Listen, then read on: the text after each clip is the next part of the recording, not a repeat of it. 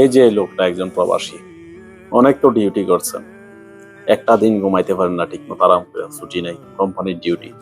প্রতিদিন 6টার দিকে ওঠেন, আবার রাত্রে 8টার সময় ডিউটি থেকে আসেন, এবার একটু শান্তিতে ঘুমান। এটাই একজন প্রবাসী জীবন। প্রবাস জীবন আসলেই কষ্টের। শুধু যে কাজ করে এটা কষ্ট না, পরিবার ছাড়া নিজের একাকিত্ব জীবন, তার মধ্যে সারা দিন শুধু ডিউটি, ঘুম থেকে উঠলেই ডিউটি, ঘুম থেকে উঠলেই ডিউটি। একজন প্রবাসী শান্তিতে ঘুমাইতে পারে না, ঘুম থেকে উঠলেই ডিউটি। না আছে ঘুরা, না আছে আনন্দ, তার মধ্যে পারিবারিক প্রেশার। একজন প্রবাসীর সবচেয়ে শান্তির জিনিস এটাই, একজন প্রবাসীর সবচেয়ে বেশি শান্তি থাকে এই কারণেই, যদি শুনে তার পরিবার ভালো থাকে, তখনই একজন প্রবাসী মনে শান্তি লাগে।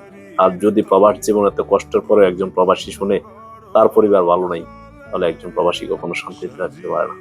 তাই বলি, প্রবাসীদেরকে মানসিকভাবে এবং শারীরিকভাবে, পারিবারিকভাবে কোনোভাবেই টেনশন দিবেন না, এটাই আশা করি। ধন্যবাদ।